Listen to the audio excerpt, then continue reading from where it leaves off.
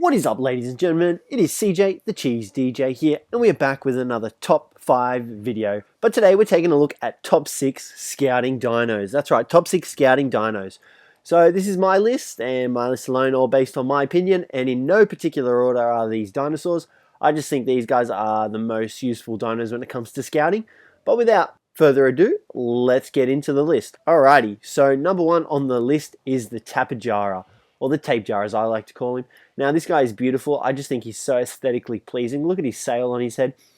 But like I said, top 6 scouting dinos. So the reason this guy's on the list is because he's able to transport 3 tribe members altogether. So you've got yourself, and then you can carry 2 more tribe members, which makes a little scouting team slightly better because you've got 2 different heads that are able to look out and see other enemies or anything that you might miss.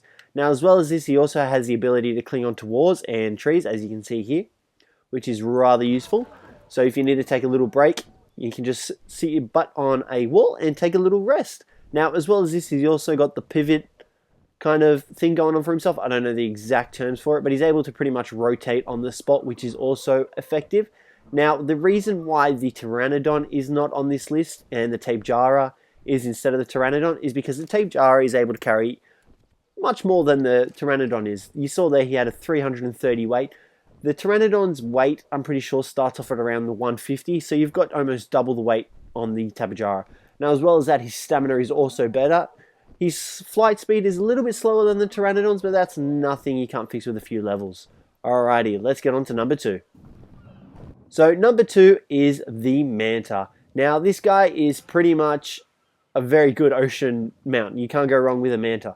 They're very fast. They're able to jump out of the water and over terrain, which is also helpful. We're going to try and attempt it in a moment. Hopefully we don't kill our Manta.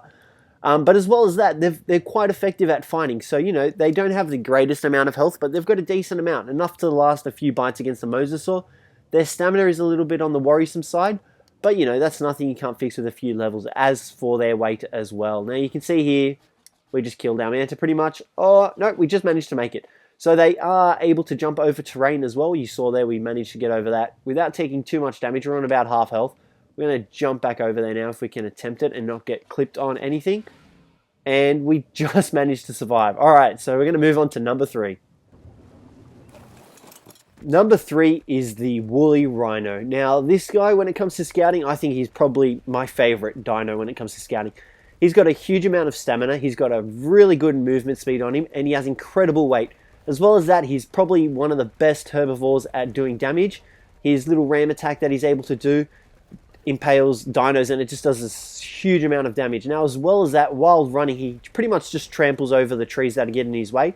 So you're less hindered by the trees of the forest. So for example, you're traveling through a heavily dense forest area. The rhino can just charge through it and not have to worry about stopping when he gets clipped on him. Now, like I said, he's got a huge amount of weight. You can see there it's at 1275, which is just incredible. Granted, this was a maxed tame rhino at 150, but even a level 1 rhino has about 700 weight if I remember correctly, and even his stamina, it's just incredible. His melee damage as well, like I said, is formidable, so if you come up against T-Rexes, any enemy dinos, you can pretty much do a large amount of damage before killing them or dying yourself. So, you know, definitely worth investing in a woolly rhino. Now, we're going to stay on the woolly rhino for this next one. Number 4 are the Hyaenodons. Now, these guys down here, you're probably wondering, why would I have these guys on the scouting list? Well, like I said for previous examples, if you come across any enemy tribes, any enemy dinos, these guys can easily take them out. A pack of 4 or 5 of these guys, and you'll easily be set to take on a large amount of predators. These guys just do an incredible amount of damage, especially when you pet them before going into battle or scouting. That just boosts their stats even more. So that's why these guys are on the list as well. I just think these guys are amazing. We will be doing an Ark Insight video on these guys soon. Okay, so number 5. Number 5 is the Iguanodon. Now, if you're hoping for a more stealthy approach kind of thing with, you know, less fighting, more running, you can't go wrong with one of these guys. Pump these guys up in movement speed and you'll be flying. Now, the reason these guys are on the list is because they've got the jump ability. That's the sole reason they're on the list, just because they can jump. No, the actual reason is because they don't actually use stamina while running in their quadrupedal form. You can see here our stamina bar is not depleting whatsoever. Whereas in their bipedal form, sorry, bipedal form, they don't deplete stamina. Quadrupedal form is when they're walking. You see there. So, you know, you can definitely, it's worth taming up one of these guys to use for scouting because they don't utilize any stamina while running on their quadrupedal. There we go. Sorry, wrong buttons, wrong controls. Okay, so yeah, so no stamina cost for these guys. So you pump these guys into movement speed, pretty much all their levels into movement speed, and you'll be set. They've got a decent amount of health and a decent amount of melee damage, so they are able to handle, you know, low-level carnivores, carnos, allosauruses, that sort of stuff. Alrighty, and lucky number last is the Procoptodon. That's right, last is now a number, sorry. Lucky number 6, the Procoptodon. Now, this guy, once again, obviously he's able to cover large amounts of terrain with his jumping ability. He's probably got the best jumping ability in the game, which is pretty incredible in my opinion. You know, the Thylacoleo does have a decent jump as well, however, he's got nothing on the Procoptodon. So this guy's able to cover large amounts of space and distance between him with his jumping. And, you know, he doesn't take too much jump damage from fall damage, which is also effective.